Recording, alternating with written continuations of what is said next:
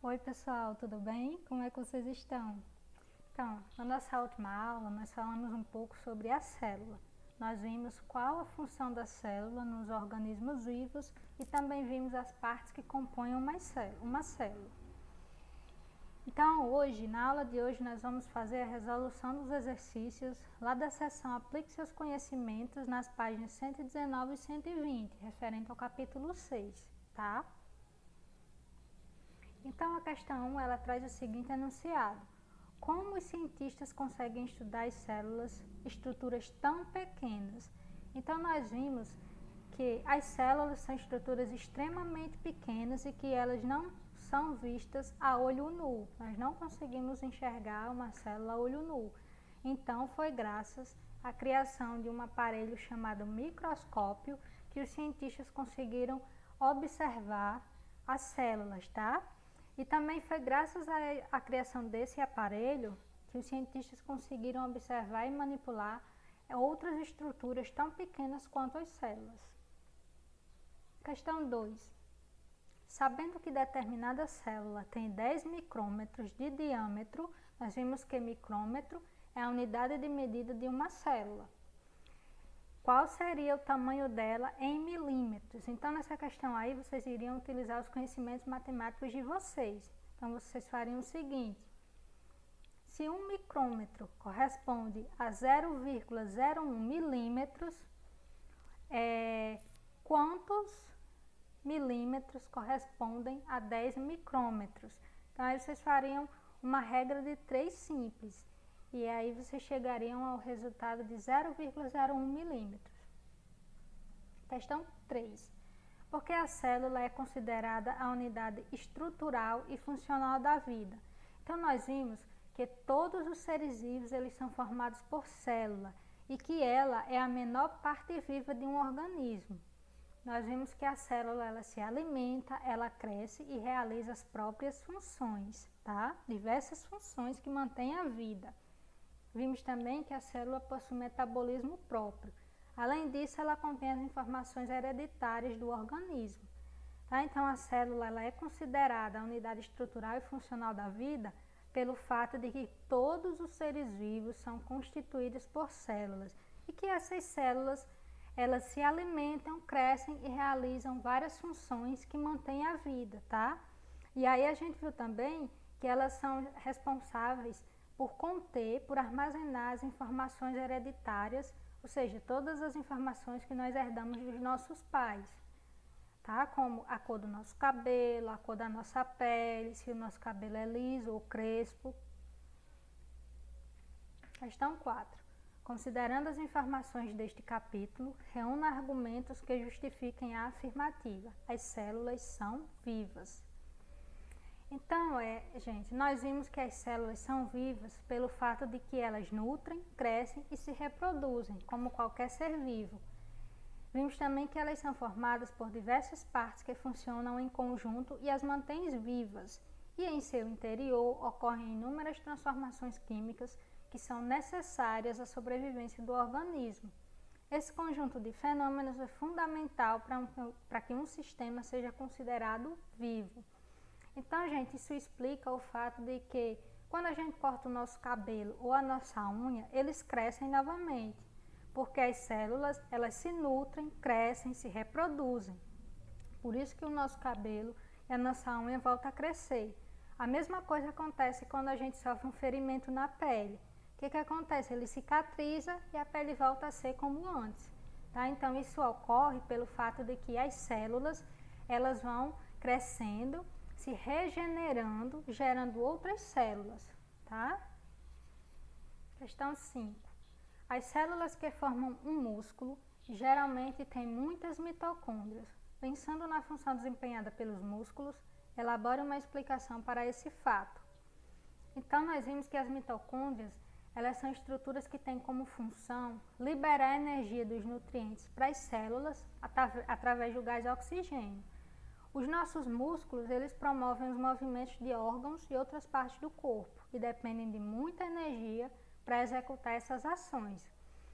Então, gente, da mesma forma que os nossos músculos, eles precisam receber muita energia para que eles funcionem, A mesma coisa acontece com a nossa célula. Então, as mitocôndrias, elas precisam levar muita energia, elas precisam liberar bastante energia para as células para que elas continuem funcionando, tá? Então, é essa associação que a questão gostaria que vocês fizessem. 6. Imagine um pouco de gelatina envolvida por um papel celofane. Espalhados na gelatina, há vários pedaços de frutas, maçã, passas e etc. E no centro dela há uma ameixa inteira. Você acaba de imaginar um modelo de célula, isto é, algo que não é a célula real, mas que representa algumas de suas características. Identifique as partes da célula que podem ser comparadas à gelatina, ao celofane, aos pedaços de frutas e à ameixa. E a B pede: um modelo é usado para representar estruturas ou processos de maneira simplificada e apresenta limitações. Pensando nisso, aponte duas características da célula que acabaram não sendo representadas no modelo proposto. Então a questão ela pede para vocês associarem, para vocês compararem essas partes aí, tá? A gelatina, o celofane, os pedaços de fruta e a ameixa, a partes que compõem uma célula. E a B ela pede para você explicar por que essa estrutura da gelatina não explica todas as partes que formam uma célula, tá? E aí a questão A, vocês fazendo essa relação, a gelatina ela seria comparada ao citoplasma, o celofane seria comparado à membrana plasmática, que é aquela parte que envolve toda a célula, os pedaços de frutas seriam as organelas celulares e a ameixa seria o núcleo, que armazena todas as informações hereditárias do organismo. E a questão B, uma resposta possível, é que no modelo da gelatina, a membrana plasmática ela não é permeável, ela não permite que nada entre ou saia da gelatina, ao contrário da membrana da célula. As células vivas, elas se nutrem, crescem, se reproduzem e em seu interior ocorrem transformações químicas, o que não ocorre no modelo da gelatina. E os modelos eles são muito importantes na ciência para explicar um fato, para explicar uma descoberta. No entanto, eles não são cópias fiéis da realidade. Então, os modelos eles servem sim para ajudar a entender um determinado fato, uma determinada teoria. No entanto, eles apresentam falhas, lacunas que não são preenchidas, pelo fato de que ele não é uma cópia fiel à realidade. Ele serve apenas para que as pessoas tenham uma noção de como funciona. 7. Você aprendeu que a célula animal tem 3 partes principais. Agora escreva o nome de cada uma delas e associe as partes numeradas da figura com a função que elas desempenham. Então, a primeira aí, controla a entrada e a saída de substâncias. Então, nós vimos que a membrana plasmática é a responsável por permitir entrada e saída de substâncias na célula, que a membrana plasmática está representada aí pelo ponto 2, que é essa parte aí que envolve toda a célula. Contém os cromossomos.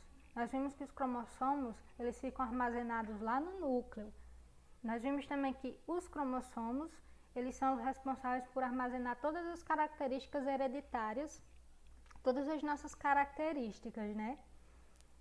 E ele está representado aí pelo ponto 1. E contém as organelas. Nós vimos que as organelas elas ficam lá no citoplasma, que está representado aí pelo ponto 3. Questão 8. O texto a seguir foi elaborado com base nos escritos do pesquisador Robert Hooke, no século XVII. Pude perceber claramente que toda a cortiça era perfurada e porosa, assemelhando-se a um favo de mel. Esses poros não eram muito profundos e eram semelhantes a pequenas caixas. Então a questão ela pede: que instrumento Robert Hooke utilizou para fazer suas observações? B. O que eram os poros que ele observou? C. O aspecto de favo de mel era conferido por uma estrutura resistente que compunha a cortiça. Que estrutura era essa? Então esse trecho aí, ele está só representando de maneira bem simplificada a primeira observação de uma célula através de um microscópio, tá? Então aí o instrumento utilizado por Hooke foi o microscópio. E esses poros que ele observou seriam os espaços vazios, que anteriormente eram ocupados por células vivas. Então, nesse experimento, nessa primeira observação de uma célula, o Hooke ele observou uma célula morta. E aí, por isso que ele encontrou lá, ele percebeu lá esses espaços vazios. E aí, essa estrutura, que tinha um aspecto de favo de mel, seria a parede celular das células vegetais. 9. Todos nós já fomos uma única célula e hoje nosso corpo é formado por cerca de 30 trilhões de células. Explique como isso ocorreu.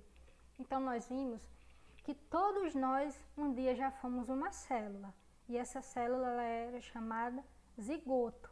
Então, o zigoto ele é originado da união do óvulo da nossa mãe com o espermatozoide do nosso pai, que se une e origina o zigoto. Então, o zigoto ele vai dividir-se várias e várias vezes e vai formando todas as células que compõem o nosso organismo, tá? Então, isso explica o fato de o nosso corpo ser formado por 30 trilhões de células. Então, da célula inicial, o zigoto, milhares e milhares de células são formadas através de várias e várias divisões, tá? Então, cada célula originada, ela divide-se e forma outras. E aí essas divisões elas vão acontecendo sucessivamente. 10. A maioria das células de um animal grande, como uma baleia, tem praticamente o mesmo tamanho das células de um animal bem menor, como um rato. Em relação às células, o que explicaria a diferença de tamanho entre os dois animais? Então, o que explica o fato de a baleia ser muito maior que o rato é a quantidade de células que formam a baleia. Então, a baleia ela é formada por um número muito maior de células que o rato. Então, por isso que ela é bem maior. 11. Dê uma justificativa para a seguinte afirmação. Toda célula provém de uma célula pré-existente. Então, nós vimos que uma célula inicial, ela divide-se e gera outras células, e que essas células geradas, elas continuam se dividindo, formando outras células que continuam se dividindo. Então, é um processo constante de divisão. Então, nós vimos que nós viemos de uma única célula, que é o zigoto, e que o zigoto ele foi originado da união do espermatozoide com o óvulo, e assim por diante. Então, inicialmente, nós fomos gerados a partir de uma única célula, que é o zigoto, e aí esse zigoto ele sofreu várias divisões até formar todo o nosso organismo. 12. Por que um objeto deve ser bem fino para que possa ser observado ao microscópio de luz ou óptico? Então, para que a luz possa atravessar o objeto e chegar ao olho do observador, depois de passar por um sistema de lentes que ampliam o tamanho do objeto. Então, o objeto ele precisa ser pequeno e fino para que a luz ela consiga atravessar esse objeto e chegue até o olho de quem está observando. Então, não pode ser um objeto grande e nem muito largo, tá? Nem muito grosso, porque senão a luz não vai conseguir atravessar. E aí a pessoa que está observando não vai conseguir enxergar. 13. Assinale as afirmativas verdadeiras. As células são quase sempre microscópicas. Sim, nós vimos que as células elas formam a menor estrutura viva de todos os organismos. Todas as células do nosso corpo são iguais? Não. Então, as várias partes do nosso corpo são formadas por células diferenciadas. Os cromossomos contêm os genes e estão localizados na mitocôndria? Não. Nós vemos que os cromossomos eles estão armazenados lá no núcleo da célula. Apenas os genes influenciam em nossas características? Não, também. As interferências internas também influenciam nas nossas características, tá? As organelas realizam diferentes funções no interior da célula, verdadeiro. A unidade de medida do micrômetro corresponde à milésima parte do metro. Não, essa é falsa. Nós vimos que um micrômetro ele equivale a 0,01 milímetros. O DNA é a substância química que forma nossos genes. Sim, nós vimos que os genes são responsáveis por armazenarem o DNA e é lá no DNA que vai conter todas as nossas informações, tá? Se você será loiro ou moreno, se terá a pele escura ou clara, se terá o cabelo liso ou cacheado. 14. O bom funcionamento do organismo depende do bom funcionamento das células e da estrutura delas. Problemas em determinada organela, por exemplo, podem provocar déficit, diminuição de energia, e as células mais afetadas são justamente as que consomem mais energia, como a célula muscular e a célula nervosa. Com isso, o funcionamento dos músculos e dos nervos é prejudicado e podem surgir problemas cardíacos, falta de coordenação motora, fraqueza muscular, entre outros. A. Qual é a organela a que o texto se refere e que função ela tem? E a B pede para vocês elaborarem um texto explicativo sobre a importância do estudo da célula na compreensão e no tratamento de doenças. Então, a organela que está sendo mencionada aí no texto é a mitocôndria e que, como nós já vimos, ela tem a função de conduzir energia obtida dos alimentos para a célula. E aí a importância de se estudar as células é que os cientistas eles podem compreender a origem das doenças, tá? Como os problemas cardíacos citados, que podem estar relacionados com problemas das mitocôndrias das células musculares. Conseguindo observar as células, os cientistas eles conseguem descobrir novos medicamentos para tratar tais doenças. Então, pessoal, por hoje é só. Eu espero que vocês tenham conseguido sanar as dúvidas de vocês com relação ao estudo das células, tá? E o link dessa aula vai estar disponibilizado para vocês lá na Agenda Edu, tá? E juntamente com essa aula, com essa videoaula, eu vou disponibilizar para vocês o link de um vídeo que fala um pouco sobre as células de uma maneira bem resumida e bem simplificada, tá? Um videozinho curto de aproximadamente uns 11 minutos. Então, vocês assistem essa aula de correção das questões da atividade e em seguida vocês assistem o vídeo que fala de uma maneira bem simplificada sobre as células, tá? Só para fortalecer os conhecimentos de vocês com relação ao estudo das células, tá bom, pessoal? Então, por hoje é só. Até a próxima aula.